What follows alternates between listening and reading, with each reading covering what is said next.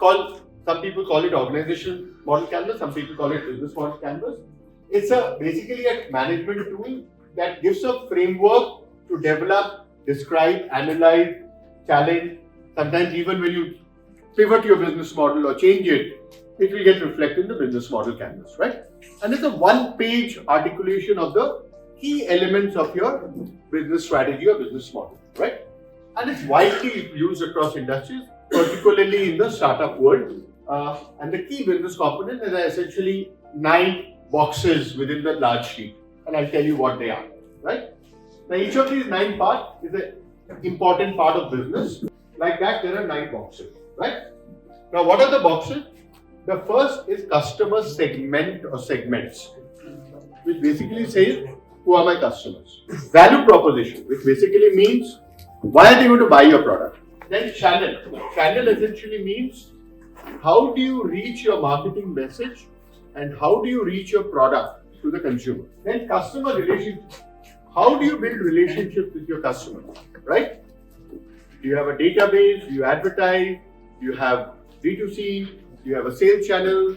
Then revenue stream. How do you make money? Key resources. To succeed in business, what all do you need? This is also something which is important for a lot of startups. Key activities. What are the main things that you will do to create value for your end user or customer? Who are your key partners? This is where you also have to assume to succeed in business, you can't do it alone. आपको partner चाहिए. And what is the cost structure? One is revenue. How much money do you make? But out of that, how much money do you have to spend?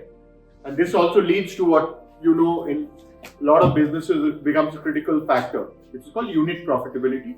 One important thing you must always remember that in any for-profit, not-for-profit, any business, especially if you are a startup or doing something new, there are 2 or 3 unique challenges that you face. The first challenge is, why should somebody take your service, buy your product? Question is, how will you convince them? What is their value proposition? How are you better and different? Are you convincing? The second thing is you have to understand where that friction or inertia will come and how you will overcome it. The third is you must also anticipate that agar aap karoge, and this is often called defensibility or moat, what will stop somebody else from giving the same thing that you're giving? Obviously, you're doing it because of the why, your ideology, your philosophy, your purpose.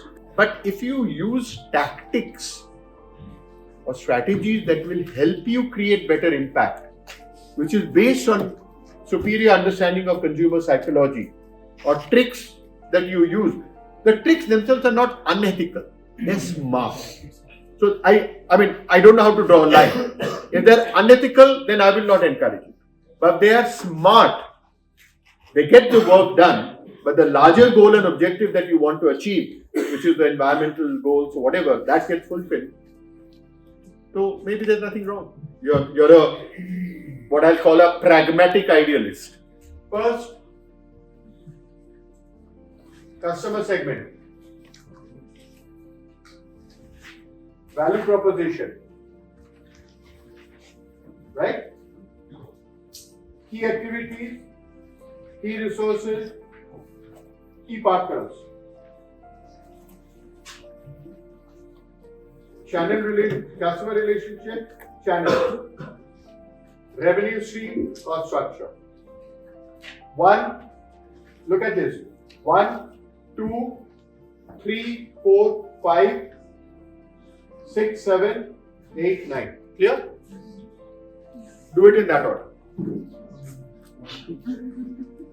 It's not hard and fast, but logically this is the most best way according to me or according to most people. What are some of the key differences for-profit, not-for-profit? Here, you know very simply who's paying.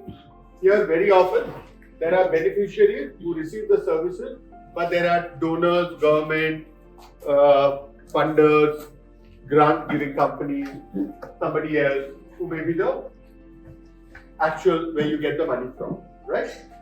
Here, the value proposition is there are products and services that solve customer problems. Here, you're actually creating social impact.